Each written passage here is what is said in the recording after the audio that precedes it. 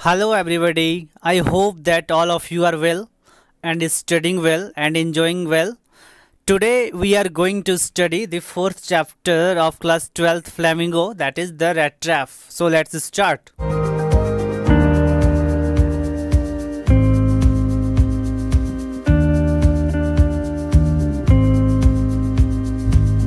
The rat trap. The rat trap जिसके author हैं Selma लेगरलॉफ। Selma लेगरलॉफ एक स्वीडिश राइटर थी। स्वीडिश मतलब स्वीडन के रहने वाले को स्वीडिश कहते हैं। जिस प्रकार भारत में रहने वाले को भारतीय यानी इंडियन, अमेरिका में रहने वाले को अमेरिकन, जापान में रहने वाले को जापानीज़, उसी तरह स्वीडन में रहने वाले को स्वीडिश कहेंगे। तो वह एक स्वीडिश राइटर थी। उनके कहानी को कई भाषा में ट्रांसलेट किया गया था। उनकी कहानी हम लोग अभी द रैट ट्रैप पढ़ेंगे। द रैट ट्रैप पढ़कर हम लोग जानेंगे कि कैसे एक चोर को कैसे चेंज किया गया उनका हट। एक चोर जो चोरी करता था उनके दिल को कैसे चेंज किया गया, उनका माइंड को कैसे चेंज किया गया, उनकी अच्छी खातिरदारी करके, उनका अच्छा सम्मान करके, उनसे अच्छे से बातें करके, उन पर विश्वास करके एक चोर के माइंड को पूरी तरह से चेंज कर दिया गया, उनका पूरा एक्टिविटीज़। तो इस कहानी में ऐसा ही कुछ हम लोग पढ़ेंगे, द रैट ट्रैप। सो हम लोग देखते हैं आगे क्या है। The rat trap. Rat trap अर्थात चूहेदानी। चूहेदानी जिसमें हम लोग चूहे को पकड़ते हैं घर में, जिसको मुस्कल्स भी बोलते हैं, मुस्कल। उसमें चूहे को पकड़कर बाहर फेंक दिया जाता है, उसे आज़ाद कर दिया जाता है। तो यहाँ पर एक व्यक्ति जिसको हम लोग पैडलर बोलेंगे, वह घूम घूम करके रैट ट्रैप को बेचा करते थे और उनसे वह पैसे कमाते थे। A rat trap peddler went around selling small rat traps. पूरा घूम घूम करके वह छोटे छोटे वायर से बने रैट ट्रैप को वह बेचता था। उनका कपड़ा काफ़ी गंदा हुआ करता था, गाल झुर्रियाँ आ गए थे गाल पर, और उनके पास कुछ भी नहीं था। वह बस बतौर बेचते थे। वह अपने उस रैट ट्रैप को खुद से बनाते थे और इसके लिए वह मटेरियल जो है बड़े बड़े दुकान से वे मांग कर लाते थे। कभी कभी वह चोरी भी करते थे, पेटी थेवरी भी किया करते थे। The world had never been kind to him. समझे ना, he had no home no shelter. उनके पास ना तो घर था ना तो शेल्टर था। दूसरी बात कि वह चोरी इसलिए करते थे ताकि उनका बिजनेस सही से हो सके। एक्चुअली उनका बिजनेस पूरी तरह से प्रॉफिटेबल नहीं था। जो वह करते थे उस काम से उनका बिजनेस बिल्कुल लॉस में जा रहा था। His business was not so much profitable. So वह अपने बॉडी और सोल को जीवित रखने के लिए एक साथ चले, उनका शरीर और उनका आत्मा, इसलिए वह दोनों कार्य करते थे। चोरी भी करते थे और वह कुछ कुछ दुकानों में जाकर के कुछ कुछ मटेरियल्स मांगते भी थे ताकि वह उससे उस रैट ट्रैप को बना सके और मार्केट में बेच सके। और वह पूरा घूम घूम करके बेचते थे। उनकी आंखों में एक प्रकार का भूख हुआ करता था। वह बहुत कुछ करना चाहते थे लेकिन कर नहीं सकते थे। पैडलर काफ़ी लॉनली लाइफ रहते थे। एक दिन वह अपने रेड ट्रैप के बारे में बस नेचुरली सोच रहे थे और ऐसे ही नेचुरली सोचते सोचते उन्हें अचानक एक आइडिया आया कि यह पूरी दुनिया एक प्रकार का रैट ट्रैप है। जिस तरह से हम लोग रैट ट्रैप में चूहे को पकड़ने के लिए उसमें आलू, प्याज या रोटी का टुकड़ा हम लोग उसमें डालते हैं और चूहा जैसे ही उसको टच करता है तैसे ही उसका दरवाज़ा पूरी तरह से बंद हो जाता है। ठीक उसी प्रकार से यह वर्ल्ड एक प्रकार का रैट ट्रैप है। यह वर्ल्ड हमें ऑफ़र करती है जैसे रिच, जॉय, पुअर, जितने भी मटेरियलिस्टिक वस्तु हो गए, फिर चाहे वो मोबाइल, कार, टीवी, एवरीथिंग, ये सब एक प्रकार का मटेरियलिस्टिक वस्तुएं हैं और इन सब चीज़ों की वजह से हम लोग फंस जाते हैं। ये सब एक प्रकार का हमारे लिए एक प्रकार का टेम्पटेशंस है। जैसे ही हम लोग इसको टच करते हैं हम लोग फंस जाते हैं। यह एक प्रकार का बाइट है। वह दरअसल अब कुछ लोगों के बारे में सोच रहे थे जो फंस चुके थे ऐसे रैट ट्रैप में। तो उन्हें ऐसा लगता था कि यह पूरी दुनिया एक प्रकार का रैट ट्रैप है, पूरी तरह से एक प्रकार का रैट ट्रैप है। जिस प्रकार एक दिन पैडलर को रैट ट्रैप बेचते बेचते काफ़ी शाम हो गया था, काफ़ी डार्क इवनिंग हो गया था। तो उन्हें लगा कि कहीं विश्राम किया जाए। उन्हें एक शेल्टर का ज़रूरत था। रोड के बगल में एक कॉटेज दिखा उन्हें। कॉटेज अर्थात कोई आश्रम, कोई झोपड़ी, वहाँ पर जाते हैं वो, और रोड के बगल में था। वहाँ पर जाकर दरवाज़ा उन्होंने नॉक किया। वहाँ से एक ओल्ड मैन ने दरवाज़ा खोला। ओल्ड मैन दरअसल वह एक क्राफ्टर थे। रैम्सजो आयरन वर्क्स में वह बतौर एक क्राफ्टर का काम किया करते थे। वह पैडलर को देख करके काफ़ी खुशी हुए, क्योंकि वह खुद अकेले रहते थे और इस अकेलेपन में उन्हें एक साथी मिल गया और उन एक साथी पा करके वह काफ़ी खुश हुए। उन्होंने उस पैडलर का काफ़ी ज़्यादा वेलकम किए, उनको अपने घर में जगह दिया रहने के लिए और उन्होंने उनको पॉरेज खिलाए, पॉरेज अर्थात दलिया, उनको दलिया खिलाए और फिर उनके साथ कुछ टोबैको, कुछ हुक्का वगैरह भी पिए और अंततः उनके साथ ये ताश यानी कि कार्ड का एक गेम होता है मेजॉलिस, उस गेम को खेले, ताश खेले उसके साथ। और फिर क्रॉफ्टर पैडलर को बताते हैं कि वह अपने यंग डेज में एक क्रॉफ्टर का काम किया करते थे। रैम्सजो आयरन वर्क्स में वह एक क्रॉफ्टर का काम करते थे, लेकिन अब चूंकि वह ओल्ड हो गए हैं, उनका हाथ पैर काम मतलब उतने ज़्यादा अच्छे से काम नहीं करते हैं, इसलिए वह एक गाय खरीद लिए थे और उसी गाय से वह दूध निकालते थे और क्रीम बना करके मार्केट में बेचते थे, जो कि उनका सोर्स ऑफ इनकम था। ओके। और दूसरी बात कि उस व्यक्ति को लास्ट महीने पूरा बेच करके, दूध वाली क्रीम को बेच करके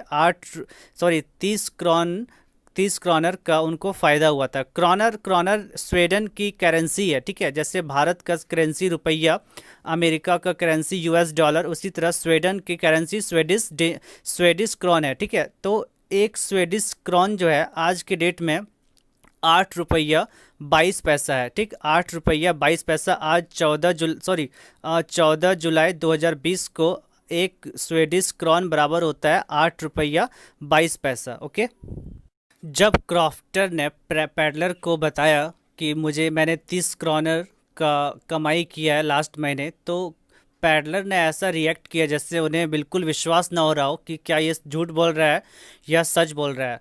तो उन क्रॉफ्टर वहाँ से उठे और खिड़की के पास जो लेदर पाउच थे, उस लेदर पाउच से उन्होंने कुछ निकाले और 30 क्रॉनर वहीं से निकाले और 30 क्रॉनर निकाल करके उन्होंने उनको दिखा दिया उनके आंखों के सामने कि देखो मैंने 30 क्रॉनर का बिजनेस किया। और फिर उस 30 क्रॉनर को वह ले करके वापस उस थैले में रख करके उन्होंने उसको वहीं पर टांग दिए खिड़की के पास। उन्होंने एक गलती कर दिया, चूँकि पैडलर खुद एक चोर था और उनको दिखा दिए, तो crofter was not in a safe hand.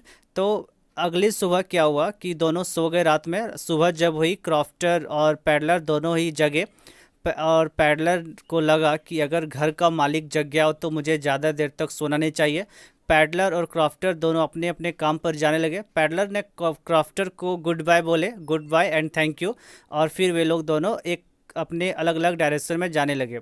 आधे घंटे के बाद पैडलर वापस आते हैं और पैडलर वापस आकर के क्रॉफ्टर का दरवाज़ा तक जाता है। दरवाज़ा तो इन नहीं करता है, बट खिड़की के पास जाता है और खिड़की के पास जा कर के उन्होंने अपने हाथों से उस लेदर पाउच को खिड़की से निकाले और वहाँ से उस पाउच से, उस थैले से 30 क्रॉनर को निकाले और निकाल करके उन्होंने अपने पॉकेट में डाल लिया और वह निकल पड़े।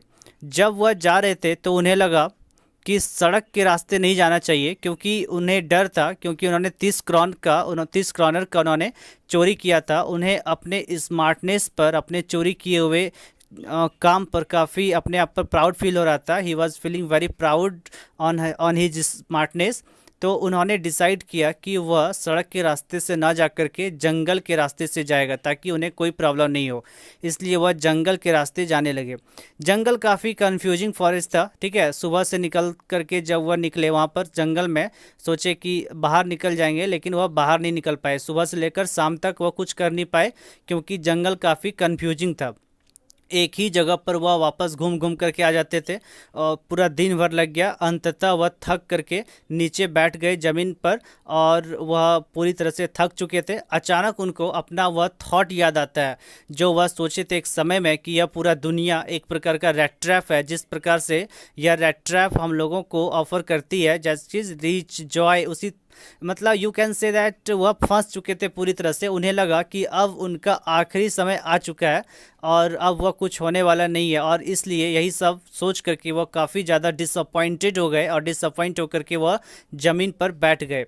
और अचानक उन्हें कुछ आवाज़ आता है, ठक ठक ठक का आवाज़ आता है और उन्हें लगा कि अगल बगल कहीं पर लोहा को मतलब पीटा जा रहा है, राइट। उन्हें लगा कि अगल बगल कहीं लोहा का मिल हो, तो उन्होंने पूरा ताकत लगा करके अपने आप को उठाए और उसी डायरेक्शन में निकल पड़े जिस डायरेक्शन में वह थम्पिंग की आवाज़ आ रही थी, लोहे को पटकने की आवाज़ आ रही थी। उन्हें लगा कि यहाँ हो ना हो कहीं अगल बगल ज़रूर कुछ लोहे का काम हो रहा है, और इसलिए उन्हें लगा कि हो सकता है वहाँ इंसान रह रहा हो, और वह उसी डायरेक्शन में निकल पड़े।